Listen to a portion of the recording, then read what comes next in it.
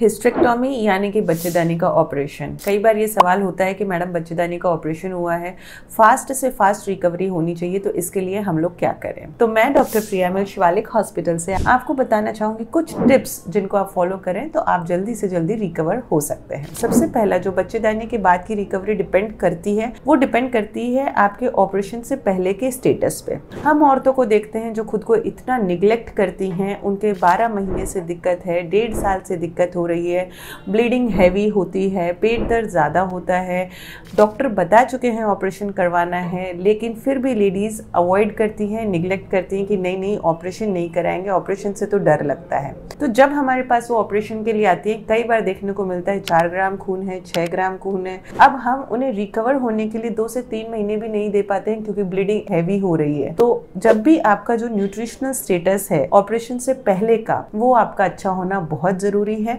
उसके लिए आपका HB एकदम सही होना चाहिए, आपका BP कंट्रोल में होना चाहिए, आपकी शुगर कंट्रोल में होनी चाहिए, आपकी थायराइड नॉर्मल होने चाहिए। तो ये कुछ इन्वेस्टिगेशंस अगर आपकी एकदम परफेक्ट हैं ऑपरेशन से पहले, तो ऑपरेशन के बाद की रिकवरी भी आपकी काफ़ी सही से होती है।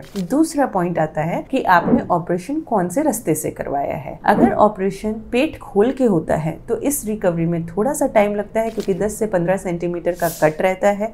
उस कट के अंदर से जब अपन बच्चेदानी को औजारों से पकड़ते हैं, वहाँ पे हर स्टंप कट के एक स्यूचर लगता है, धागा लगता है, उस धागे को पिघलने में और रिकवर होने में टाइम लगता है। जब यही ऑपरेशन आप लैप्रोस्कोपिकली मतलब दूरबीन से करवाते हैं तो दूरबीन में आपके 3 से 4 टाँके आते हैं, छोटे छोटे कट्स होते हैं, 0.5 to 1 सेंटीमीटर के कट, और जिनको अंदर स्यूचर्स ज़्यादा नहीं आते हैं क्योंकि अपन उनको कॉटरी करते हैं, तो उसमें आपके स्यूचर्स नहीं आएंगे, तो आपको पिघलने का उनको वेट नहीं करना पड़ेगा, तो आप जल्द से जल्द अपने normal day to day activities में आ पाते हैं। अब तीसरी बात आती है कि ऑपरेशन हो गया है, उसके बाद में आपको क्या खाना है, क्या पीना है।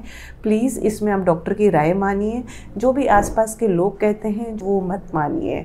मैंने पेशेंट्स को देखा है, रोटी नहीं खानी है, सब्जियां नहीं खानी है, सिर्फ दलिया, खिचड़ी और जूस, सिर्फ इस पे पेशेंट रह जाते हैं। तो अगर इतना कम आप डाइट लेंगे, आप अपने न्यूट्रिशनल स्टेटस को एकदम लो रखेंगे, पानी नहीं पीना है, ये सब चीज़ें जो हैं ये सब मिथ्स हैं।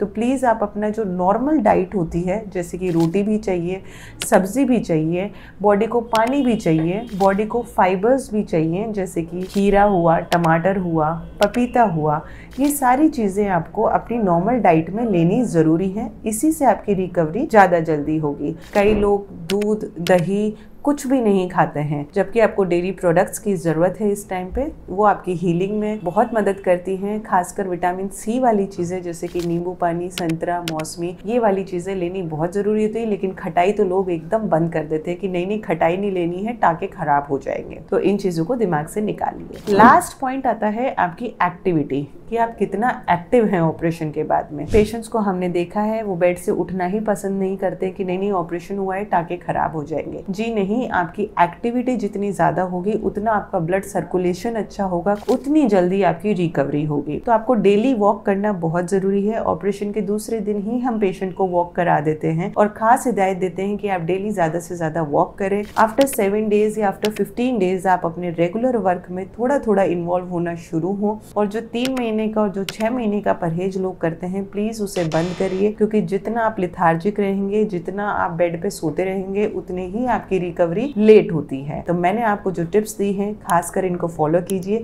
जिससे बच्चेदानी के ऑपरेशन के बाद में आप नॉर्मल अपनी एक्टिविटीज़ में जल्दी आ पाएंगे और लोगों को पता भी नहीं चलेगा कि आपने ऑपरेशन करवाया भी है। Thank you.